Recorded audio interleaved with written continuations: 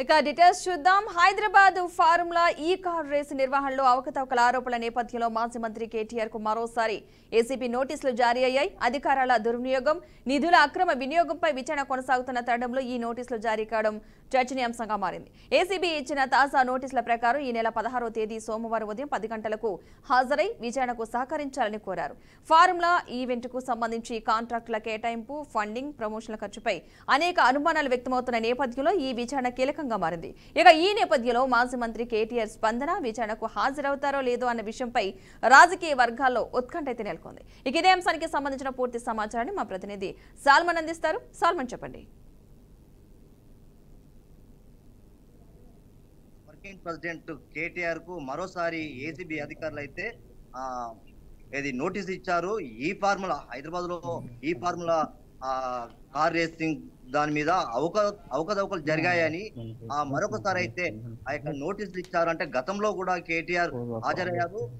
గతంలో కూడా అంటే 26 తారీఖున మే 26 తేదీన హాజరు కావాల్సింది. నాకు అమెరికా పర్యటన ఉంది కనుక నేను హాజరు కాలేకపోతున్నానని అయితే అమెరికా వెళ్ళాడు. తిరిగి మళ్ళీ కేటీఆర్ ఇండియాకు తిరిగి వచ్చారు.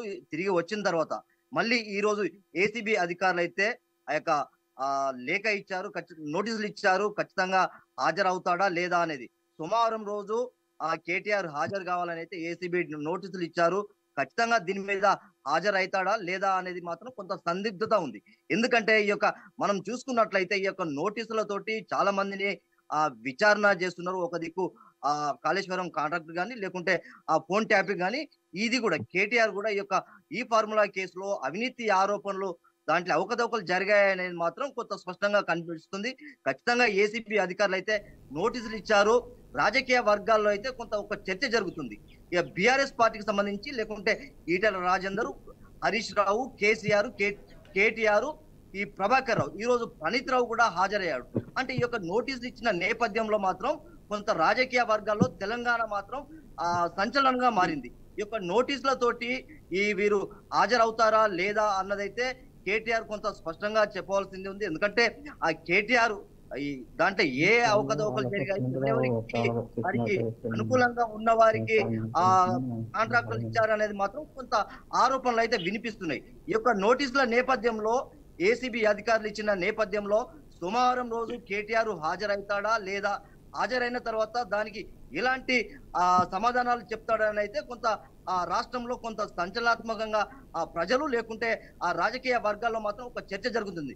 ఖచ్చితంగా కేటీఆర్ హాజరవుతాడనేది బీఆర్ఎస్ విశ్లేషకులు అయితే చెప్తున్నారు. ఖచ్చితంగా బీఆర్ఎస్ పార్టీ కార్యకర్తలు లేకుంటే నాయకులు కూడా ఖచ్చితంగా ఏ నోటీసులు ఇచ్చినా ఖచ్చితంగా మేము హాజరైతాం, భయపడే ప్రసక్తి లేదు.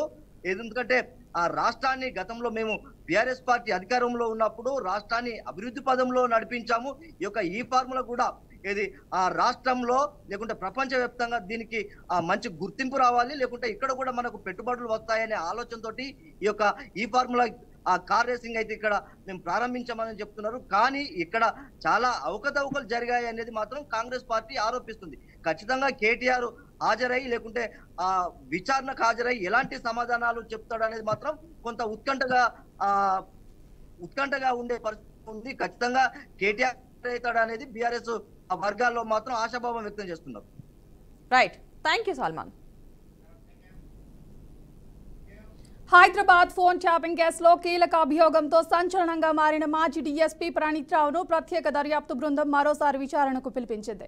ఆయన ఇవాళ సిట్ ముందు హాజరయ్యారు. ఈ సందర్భంగా హార్డ్ డిస్క్ ధ్వంసమైంది. ట్యాపింగ్ కు సంబంధించిన సాంకేతిక ఆధారాలు, పూర్వపు ఆదేశాల నేపథ్యంలో జరిగిన కార్యకలాపాలపై ప్రశ్నలు ఎదుర్కొననున్నారు. గత విచారణలో తనపై అధికారుల ఆదేశాల మేరకు ముఖ్యంగా ప్రభాకర్ రావు సూచనలతో ఫోన్ ట్యాపింగ్ చేశానని వెల్లడించిన విషయాన్ని సిట్ మరోసారి పునః పరిశీలించనుంది.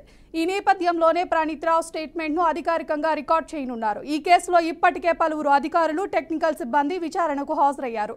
హార్డ్ డిస్క్ల ధ్వంసం, డేటా మానిపులేషన్ అంశాలు కేసులో కీలకంగా మారుతున్నాయి. ఈ అంశంపై మా ప్రతినిధి రాజు మరింత సమాచారం అందిస్తారు. రాజు, చెప్పండి.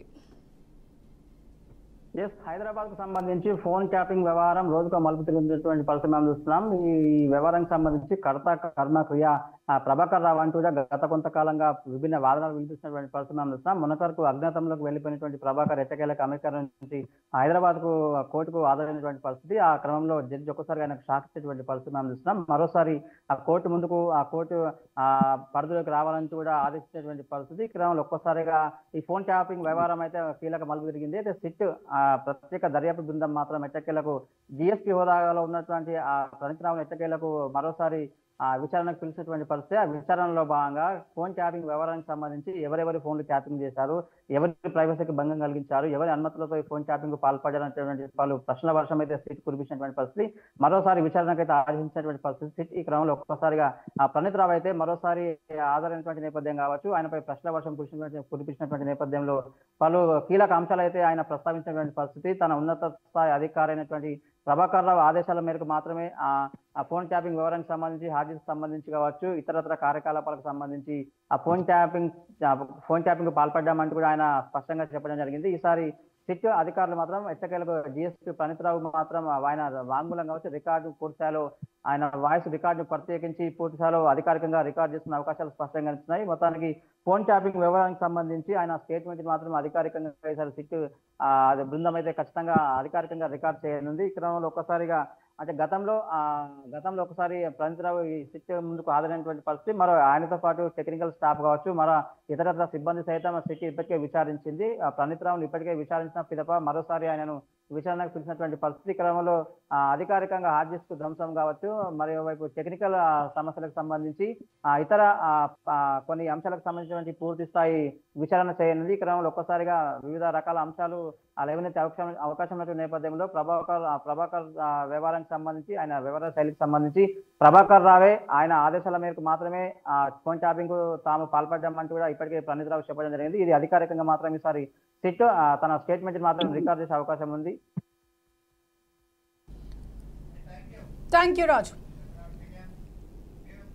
సీనియర్ జర్నలిస్టు కొమ్మినేని శ్రీనివాసరావుకు సుప్రీంకోర్టులో భారీ ఊరట లభించింది. కొమ్మినేనికి బెయిల్ మంజూరు చేసింది. కొమ్మినేనిని వెంటనే విడుదల చేయాలంటూ ఆదేశాలు జారీ చేసింది. అసలు విశ్లేషకుడు వ్యాఖ్యలతో జర్నలిస్టు కొమ్మినేని శ్రీనివాస్కి సంబంధం లేదని స్పష్టం చేసింది. కొమ్మినేని విడుదల నిబంధనలు ట్రయల్ కోర్టు చూసుకుంటుందని justice Prashant Kumar, mister justice Manmohan ధర్మాసనం పేర్కొంది. ఇంకోసారి ఇలాంటి వ్యాఖ్యలు చేయొద్దని, వాటిని ప్రోత్సహించే విధంగా ప్రవర్తించవద్దని వార్నింగ్ ఇస్తూ భవిష్యత్తులో జాగ్రత్తగా ఉండాలని ధర్మాసనం సూచించింది. ఈ విషయమై వైసీపీ అధినేత జగన్ స్పందించారు. సత్యమేవ జయతే అంటూ ఎక్స్లో ట్వీట్ చేశారు. ఇదే అంశానికి సంబంధించి మరింత సమాచారం మా ప్రతినిధి బస్వరాజ్ అందిస్తారు. బస్వరాజ్. విజయ్, ఏదైతే 2 రోజులుగా మనం చూస్తా ఉన్నాం, అంటే ఇటు కూటమి నేతలు కావచ్చు, అటు వైసీపీ నేతలు కావచ్చు, ఏదైతే కొమ్మినేని శ్రీనివాసరావు అరెస్ట్ విషయంలో ఎంతవరకు ఆరోపణలు ప్రత్యారోపణలు చేసుకున్నారో మనకు తెలుసు. అయితే ఇది ఈ రోజు ఏదైతే సుప్రీంకోర్టు ధర్మాసనం అయితే కొమ్మినేని శ్రీనివాసరావుకు బెయిల్ మంజూరు చేసిన పరిస్థితి, ఏదైతే ధర్మాసనంలో ఏదైతే మనకు ఇద్దరు జస్టిస్లు అంటే బెయిల్ మంజూరు చేస్తూ కొంత షరతులు కూడా పెట్టినట్టు, కొంత మొట్టికలేసినట్టు తెలుస్తా ఉంది. అంటే భవిష్యత్తులో ఇలాంటి వాక్యాలకు కానీ ఇతరత్ర అసభ్యకరమైన పదాలకు కానీ చోటు లేకుండా కొంత జాగ్రత్తగా వ్యవహరించాలని కొమ్మినేనికి అయితే సూచిస్తూ బెయిల్ ఇచ్చారు. అయితే ఏదైతే వైసీపీ అధినేత జగన్ మాత్రం అంటే ఎక్స్ వేదికగా ట్వీట్ చేస్తూ ఇది కూటమి ప్రభుత్వం అంటే చంద్రబాబు ముఖ్యమంత్రి హయాంలో చంద్రబాబు పాలనలో ఏదైతే అరాచక పాలన, అప్రజాస్వామిక పాలన, ఇలాంటి నిరంకుశత్వము పాలన పట్ల సుప్రీంకోర్టు ఏదైతే ఈ బెయిల్ మంజూరు చేయడము, ఈ తీర్పు ఇవ్వడము చంపపెట్టు లాంటిదని చెప్పడం జరిగింది. అయితే లా అండ్ ఆర్డర్ క్షీణిస్తున్న పరిస్థితుల్లో లేదా పాలన గాడి తప్పిన పరిస్థితులలో ఖచ్చితంగా అయితే కూటమి ప్రభుత్వానికి ఇది పెద్ద దెబ్బ అని చెప్పి జగన్మోహన్ రెడ్డి ఏదైతే ట్వీట్ ద్వారా తెలపడం జరిగింది. అంటే ఇలాంటి వాతావరణం ఏదైతే ఒక సీనియర్ జర్నలిస్ట్ గా ఏదైతే ఒక ఛానల్లో అంటే డిబేట్ సందర్భంగా ఒక అనలిస్ట్ ఏదైతే కృష్ణరాజు చేసిన వ్యాఖ్యలకి అంటే అమరావతి వేశ్యల రాజధాని ఒక అసభ్యకరమైన పదజాలం వాడిన నేపథ్యంలో ఒక సీనియర్ జర్నలిస్ట్ గా దాన్ని ఖండించలేదు, అట్లా అని చెప్పి కృష్ణరాజుని తప్పుపట్టలేదు. సో ఇది పరోక్షంగా ఎంకరేజ్ చేసిన పరిస్థితి కనిపించింది అనే ఉద్దేశంతో ఏపీ పోలీసులు అయితే 2 రోజుల క్రితం కొమ్మినేని అరెస్ట్ చేయడం జరిగింది. అయితే సుప్రీంకోర్టు అయితే అంటే ఇది కొమ్మినేనికి సంబంధం లేని విషయము, ఏదైతే అనలిస్ట్ అలా మాట్లాడడం కూడా కొంత అసభ్యకరము లేదా అభ్యంతరకరమే. అయితే యాజ్ ఏ ఛానల్ డిబేట్ జరిపే వ్యక్తిగా లేదా ముందు ఇట్లాంటి వ్యాఖ్యలకు అవకాశం లేకుండా చాలా జాగ్రత్తగా వ్యవహరించాలని చెప్పిన పరిస్థితి.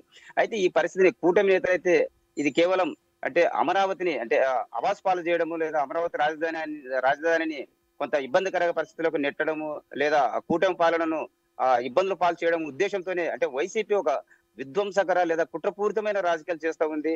ఇలాంటి రాజకీయాలు తగదు. ఖచ్చితంగా అమరావతిని ఎవరైనా సరే, ఛానల్ అయినా, మీడియా అయినా లేదా రాజకీయ నేతలైనా కూడా కించపరిచినట్లయితే లేదా దానిని తక్కువ చేసి మాట్లాడినట్లయితే ఖచ్చితంగా అయితే చట్టం తన పని తను చేసుకోబోతుంది, కఠిన చర్యలు ఉంటాయని డిప్యూటీ సీఎం పవన్ కళ్యాణ్ చెప్పారు. అదేవిధంగా చంద్రబాబు, లోకేష్ కూడా చెప్పిన పరిస్థితి. అంటే ఈ నేపథ్యంలో ఏదైతే కొమ్మినేని శ్రీనివాసని ప్రధాన ముద్దాయిగా చేస్తూ ఏదైతే ఇతను కూడా వత్తాసు పలికాడు, అంటే ఈయన ప్రోద్బలంతోనే కృష్ణరాజు ఆ విధంగా మాట్లాడాడు అనే ఒక భావనతో అరెస్ట్ చేసిన నేపథ్యంలో సుప్రీంకోర్టు అయితే ఖచ్చితంగా thank you Basavaraj. GHMC HYDRAA మధ్య వివాదం నెలకొంది. హైదరాబాద్ వర్షాల నేపథ్యంలో ఈ సంస్థలకు మధ్య పంచాయతీ క్షురువైంది. నగరంలో భారీ వర్షాలు కురిసి రోడ్లపై నీళ్లు నిలిస్తే హైడ్రాని క్లియర్ చేయాలంటోంది జీహెచ్ఎంసీ. ఈ విషయంలోనే జీహెచ్ఎంసీ హైడ్రా మధ్య భేదాభిప్రాయాలు వచ్చాయి. ప్రతి ఏడాది మాన్సూన్ టీమ్స్ ఏర్పాటు చేస్తున్న బల్దియా ఈసారి మాత్రం ఏర్పాటు చేయలేదు. ISUZU వాహనాల విషయంలో మాన్సూన్ విషయాన్ని ఒక అంశాన్ని అయితే హైడ్రాకు అప్పగించిందని తెలంగాణ ప్రభుత్వం. ఇక ఈ విషయంలో జీహెచ్ఎంసీ అధికారులు మాకు సంబంధం లేదని హైడ్రానే చూసుకోవాలని వాదిస్తోంది. ఇక ఇదే అంశానికి సంబంధించిన పూర్తి సమాచారం మా ప్రతినిధి రాజేంద్ర అందిస్తారు. రాజేంద్ర. తెలంగాణ రాష్ట్రం హైదరాబాద్ లోని రెండు ప్రభుత్వ సంస్థల మధ్య రగడ ఎటువంటి పరిస్థితులు దారితీస్తుందో తెలియని పరిస్థితి ఏర్పడింది. చిలుక్కు నీరు పడితే చిత్తడిగా మారే హైదరాబాద్ లో అనేక లోతట్టు ప్రాంతాల్లో ప్రజలకు సురక్షిత ప్రాంతాలను తరలింపజేసి అక్కడ ఎలాంటి ఇబ్బందులు కలగకుండా చేయాల్సిన ప్రభుత్వ రంగ సంస్థల మధ్య ఇప్పుడు వివాదం నెలకొంది. మాన్సూన్ ఎమర్జెన్సీ టీంల ఏర్పాటు అంశం ఈ రెండు సంస్థల మధ్య వివాదానికి తెరలేకుంది. అయితే ఒకవైపు హైడ్రా, మరోవైపు జిహెచ్ఎంసీ అధికారుల మధ్య నెలకొన్న ఈ వివాదం పరిష్కారం కాకపోగా చిలికి గాలివానలా మారే పరిస్థితులు కనిపిస్తున్నాయి. హైదరాబాద్ వ్యాప్తంగా 150 పైగా డివిజన్లు ఉన్నప్పటికీ విస్తరించిన అన్ని ప్రాంతాల్లో కూడా వర్షాకాలంలో అనేక ఇబ్బందులు ఎదుర్కొంటున్న ప్రజలు లక్షలాది మంది ఉన్నారు. 150 డివిజన్ల పరిధిలో లోతట్టు ప్రాంతాలు అత్యధికంగా ఉన్నాయి. సాధారణ వర్షాలకే అనే జలమయమయ్యే ప్రాంతాలు కూడా ఏరియాలో ఉన్నాయి. 3-4 రోజుల్లో అతి భారీ వర్షాలు కురిసే అవకాశం ఉందని ఇప్పటికే వాతావరణ శాఖ హెచ్చరిస్తూ ఉంది. ఇదే పరిస్థితి నిలబడితే హైదరాబాద్ ప్రాంతం అంటే జీహెచ్ఎంసీ పరిధిలో మొత్తం అన్ని ఏరియాలు కూడా జలమయ్యే పరిస్థితులు కనిపిస్తున్నాయి. అంటే వీటిని ముందస్తుగానే నివారణ చర్యలు తీసుకునేందుకు దశలో ఆ ప్రభుత్వ సంస్థలు ముందుండి అవసరమైన మానిటరింగ్ చేసుకుంటూ, కోఆర్డినేషన్ చేసుకుంటూ ఏర్పాటు చేసుకోవాల్సిన తరుణంలో రెండు సంస్థల మధ్య వివాదం నెలకొనటం అయోమయ పరిస్థితులకు దారితీస్తుంది. వాటర్ లాగిన్ పాయింట్స్ లెక్క తెలిసిన జిహెచ్ఎంసీ ఇంజనీర్లు సైతం తమకు ఎలాంటి సంబంధం లేదని హైడ్రానే చూసుకోవాలని చెప్పేసి చెప్తున్న పరిస్థితులు కనిపిస్తున్నాయి. మాన్సూన్ ఎమర్జెన్సీ టీమ్స్ ను ఇప్పటికే ఏర్పాటు చేయాల్సి ఉంది. అయితే అది జరగకపోగా టెండర్లు కూడా పిలువని పరిస్థితి ఏర్పడింది. ఈ మాన్సూన్ ఎమర్జెన్సీ టీమ్స్ ను ఏర్పాటు చేయడంతో పాటు ఇష్యూస్ వాహనాల విషయాన్ని కూడా తేల్చాల్సిన పరిస్థితి ఉంది. ఈ వాహనాల అంశాన్ని హైడ్రాకు ప్రభుత్వం అప్పగించింది. రెండు సంస్థల మధ్య కోఆర్డినేషన్ చేసుకుని సమన్వయంతో వర్షాకాలంలో ప్రజలకు ఎలాంటి ఇబ్బందులు లేకుండా చూడాల్సిన బాధ్యత అవసరం ఉంది. అంటే రానున్న పరిస్థితులు ముందస్తుగానే అంచనా వేసుకొని సహాయ చర్యలకు ఏర్పాటు చేసుకోవాల్సిన పరిస్థితులు ఉన్నప్పటికీ దానికి భిన్నంగా అటు హైడ్రా కానీ జిహెచ్ఎంసీ శాఖల అధికారులు కూడా సమన్వయం లేకుండా వివాదానికి తెరలేపిన పరిస్థితులు ఉండడంతో ప్రజలు ఎలాంటి ఇబ్బందులు ఎదుర్కోవాల్సిన పరిస్థితులు ఉంటాయని కూడా ఒక సందిగ్ధ పరిస్థితి ఏర్పడింది. 3-4 రోజుల్లో అతి భారీ వర్షాలు కురిసే పరిస్థితి ఉన్న ఈ తరుణంలో రెండు సంస్థల మధ్య నెలకొన్న వివాదం పరిష్కారం చేసే దిశలో ప్రభుత్వం చొరవ తీసుకుని దీన్ని తక్షణమే పరిష్కరింపచేయని పక్షంలో వర్షాకాలంలో మాత్రం జిహెచ్ఎంసీ పరిధిలోనే హైదరాబాద్ పరిసర ప్రాంతాలు మొత్తం కూడా జలమై ప్రజలు అన్ని రకాలుగా ఇబ్బందులు ఎదుర్కొనే పరిస్థితి ఏర్పడున్నాయి. Right, thank you Rajendra. Ahmedabad విమాన ప్రమాదంపై దర్యాప్తు ముమ్మరంగా కొనసాగుతోంది. ప్రమాదంలో ఇప్పటి వరకు 265 మంది మృతి చెందినట్లు అధికారికంగా వెల్లడైంది. మెడికల్ కాలేజీపై విమానం కూలటంతో 24 మంది మెడికోలు సిబ్బంది మృతి చెందారు. ఘటనా స్థలం నుంచి డీవీఆర్ బ్లాక్ బాక్స్ ను గుజరాత్ ఏటీసీ అధికారులు స్వాధీనం చేసుకున్నారు. బ్లాక్ బాక్స్ ను విశ్లేషిస్తే ప్రమాదానికి గల కారణాలు తెలిసే అవకాశం ఉంది. డీవీఆర్లో ప్రమాదం సమయంలో రికార్డైన వీడియోలు బయటపడే అవకాశం ఉంది. హాస్పిటల్ బిల్డింగ్ పై భాగంలో బ్లాక్ బాక్స్ లభ్యమైంది. దీనిపై మరింత సమాచారం మా ప్రతినిధి నాయుడు అందిస్తారు. నాయుడు.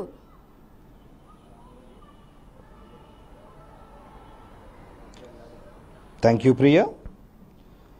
అహ్మదాబాద్ మెగానీనగర్లో జరిగినటువంటి ఈ విమాన ప్రమాదం దారుణమైన ఘటనగా కూడా మొత్తం దేశవ్యాప్తంగా కూడా సంచలనం సృష్టించిన పరిస్థితి మనకి కనిపిస్తుంది. ప్రధానంగా చూసుకున్నట్టయితే కనుక భారీ ఎత్తున ఇందులో ఈ ప్రమాదంలో అయితే భారీ ఎత్తున ప్రాణాలు కోల్పోయిన పరిస్థితి కూడా మనకి కనిపిస్తుంది. ఎందుకంటే 230 మంది మొత్తం ప్రయాణికులు, అదేవిధంగా 12 మంది సిబ్బందిలో కేవలం ఒక్కరు మాత్రమే బ్రతికి బయటపడ్డ పరిస్థితి కూడా కనిపిస్తుంది. అయితే అదేవిధంగా చూసుకున్నట్టయితే విమానం కూలిన ప్రదేశం చూసుకున్నట్టయితే కనుక బీజే మెడికల్ కాలేజ్ హాస్టల్పై కూలడంతో అయితే అక్కడ ఇప్పటికే 24 నుంచి 28 మంది వరకు కూడా మరణించారంటూ కూడా అధికారికంగా కూడా ఇప్పుడు చెప్పిన పరిస్థితి మనకి కనిపిస్తుంది. అంటే మరింత మంది ఇంకా ఆసుపత్రుల్లో ఇంకా చికిత్స పొందుతున్న పరిస్థితి ఉంది. ఓవరాల్గా చూసుకున్నట్టయితే కనుక మృతుల సంఖ్య 265కు చేరుకున్న పరిస్థితి కూడా మనకి కనిపిస్తుంది. అయితే దీనిలో చూసుకున్నట్టయితే కనుక 27 గంటల తరువాత అయితే కనుక ఈ ఫ్లైట్కి సంబంధించినటువంటి బ్లాక్ బాక్స్ అయితే లభ్యమైన పరిస్థితి కూడా కనిపిస్తుంది. ఏదైతే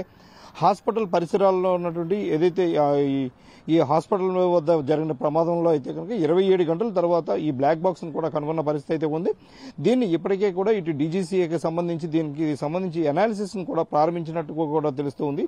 అయితే ఏదైతే డీవీఆర్కి సంబంధించి డేటా వాయిస్ రికార్డర్కి సంబంధించి ఇప్పటికే దీనిలో ఏం రికార్డ్ అయింది అన్నదానికైతే మొత్తం ప్రపంచవ్యాప్తంగా కూడా ఆ బ్లాక్ బాక్స్కు సంబంధించిన అనాలిసిస్ కోసమే వెయిట్ చేస్తున్న పరిస్థితి అయితే ఉంది.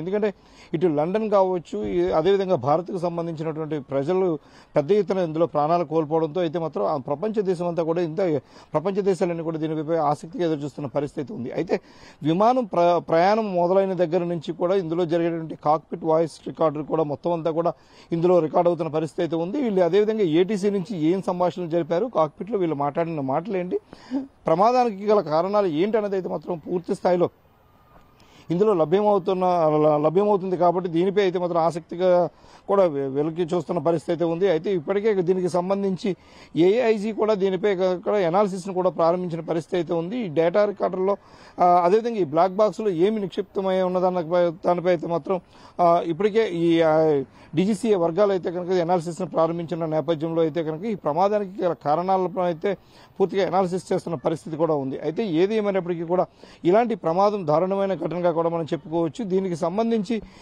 ఈ బ్లాక్ బాక్స్లో సంబంధించినంత వరకు చూసుకున్నట్టయితే కనుక 1967 నుంచి కూడా ఈ ఫ్లైట్స్లో కూడా కమర్షియల్ ఫ్లైట్స్లో కూడా ఈ బ్లాక్ బాక్స్ అన్ని కూడా వస్తున్న పరిస్థితి అయితే ఉంది. దీనిలో సంబంధించి ప్రతి ఒక్క అంశాన్ని కూడా ఇందులో రికార్డ్ చేసే విధంగా కూడా అవకాశం ఉండడంతో అయితే కనుక ఇటు పైలట్లు మాట్లాడిన తీరు కావచ్చు, లేదంటే పర్సనల్ సంభాషణలు కావచ్చు, కాక్పిట్లో జరిగిన సంభాషణలు కావచ్చు, అదే విధంగా చూసుకున్నట్టుగా కాక్పిట్కి సంబంధించి అందులో జరిగిన ప్రతి ఒక్క చిన్న సౌండ్ను కూడా అది పూర్తిగా రికార్డ్ చేస్తూ ఉంటుంది. కాబట్టి దీనికి సంబంధించి ఈ ప్రమాదానికి ఏ విధంగా జరిగిందన్న దానిపై అయితే మాత్రం పూర్తి సమాచారం ఇందులో నిక్షిప్తమై ఉంటున్న నేపథ్యంలో అందరూ కూడా దీనిపై కనుక ఆసక్తిగా ఉన్న పరిస్థితి అయితే కనిపిస్తూ ఉంది. ఏదైతే 27 గంటల తర్వాత లభ్యం కావడం, అదేవిధంగా చూసుకున్నట్టు ఇంతమంది ప్రాణాలు కోల్పోవడానికి ప్రధాన కారణం ఏమై ఉంటుందన్నదైతే మాత్రం చర్చ జరుగుతున్న నేపథ్యంలో దీనికి ప్రధాన కారణం ఏమై ఉండొచ్చు అన్న దానిపై కూడా ఇంకా ఆసక్తిగా చర్చ జరుగుతుంది. ఇవి ఏదేమైనా ఈ బ్లాక్ బాక్స్ లభించడంతో అయితే మాత్రం కొన్ని ఈ ఫ్లైట్ ప్రమాదానికి గల కారణాలు మొత్తం తెలిసే అవకాశం ఉందంటూ కూడా నిపుణులందరూ కూడా చెప్తున్న పరిస్థితి మనకి కనిపిస్తుంది. Priya, thank you Naidu. Ahmedabad flight ప్రమాదం జరిగిన ఘటనా స్థలంలో సహాయక చర్యలు పూర్తయ్యాయి. ఇప్పటి వరకు దాదాపు 10 మృతదేహాలు కలెక్ట్ చేస్తున్నారు సిబ్బంది. ఫ్లైట్ కూలిన మెడికల్ కాలేజీ భవనం నుంచి కూడా మృతదేహాలు క్షతగాత్రను ఆసుపత్రికి తరలించారు. అయితే ఒక మెడికో ఆచూకీ ఇంకా లభించలేదు. అతను ఎక్కడున్నాడనే దానిపై సస్పెన్స్ కొనసాగుతుండటంతో కుటుంబ సభ్యులు ఆందోళన చెందుతున్నారు. కాగా ప్రమాదం జరిగిన సమయంలో హాస్టల్ భవనంలో రికార్డైన సీసీటీవీ బయటకొచ్చింది. ఫ్లైట్ ఒక్కసారిగా కూలడంతో బిల్డింగ్ మొత్తం ఒక్కసారిగా స్మాష్ అయింది. ఇక ఇదే అంశానికి సంబంధించి మరింత సమాచారం మా ప్రతినిధి రాము అందిస్తారు. రామ్, జూన్ 12 అనగా నిన్న అహ్మదాబాద్లో బీజే మెడికల్ కాలేజ్ హాస్టల్లో ఎయిర్ ఇండియా విమానం కుప్పకూలిన ఘటనలో 4 నుంచి 5 మంది ఎంబీబీఎస్ విద్యార్థులు అదృష్టమయ్యారు. ఆ ఘటనలో 24 మంది ఎంబీబీఎస్ విద్యార్థులకు మృతి చెందడం జరిగింది. ఈ విమానం లండన్కు బయలుదేరిన కొద్దిసేపటికే కాలేజ్ హాస్టల్పై కుప్పకూలిన ఘటనలో కుప్పకూలింది. అదే సమయంలో చాలామంది విద్యార్థులు భోజన టైం కావడంతో ఆ భోజన విరామం సమయంలో చాలామంది విద్యార్థులు ఉంటారు. దాంట్లో 50 నుంచి 60 మంది విద్యార్థులు గాయపడ్డారు. వీరిలో 5 మంది విద్యార్థులు ఐసీలో చికిత్స పొందుతున్నట్టు తెలుస్తుంది. అందులో అదృశ్యమైన విద్యార్థులు ఒక ఇద్దరు 3వ సంవత్సర విద్యార్థులనగా మరో ఇద్దరు 2వ సంవత్సర విద్యార్థులను college principal dean doctor Meenakshi Farooq తెలిపారు. అదేవిధంగా అదే ఘటనలో ఒక డాక్టర్ భార్య మరణించగా మరో కుటుంబం మరో ముగ్గురు డాక్టర్ల కుటుంబ సభ్యులు కూడా అదృశ్యమయ్యారు. ఈ ఘటనలో గాయపడిన వారికి చికిత్స అందించడానికి అత్యవసర సేవలు కానీ రక్తదాన కేంద్రాలు కానీ సమన్వయంతో పనిచేస్తున్నాయి. ఈ ఘటనలో ఈ ప్రమాద ఘటనలో 260 పైగా మృతదేహాలు పూర్తిగా కాలిపోవడం వలన వారి మృతదేహాలు కనిపెట్టాలని చాలా కష్టతరం అవుతుంది. దాంతో వాళ్ళని DNA టెస్ట్ ద్వారా గుర్తించాల్సి ఉందండి. అంటే వారి కుటుంబ సభ్యుల బ్లడ్ శాంపుల్స్ని సేకరించిన తర్వాత DNA టెస్ట్ పూర్తిగా పరీక్షించిన తర్వాతనే DNA టెస్టులు పూర్తిగా నిర్ధారణ చేసుకొని వారి డెడ్ బాడీలను కుటుంబ సభ్యులకు అప్పచెప్పే అవకాశం ఉంది. విజయ.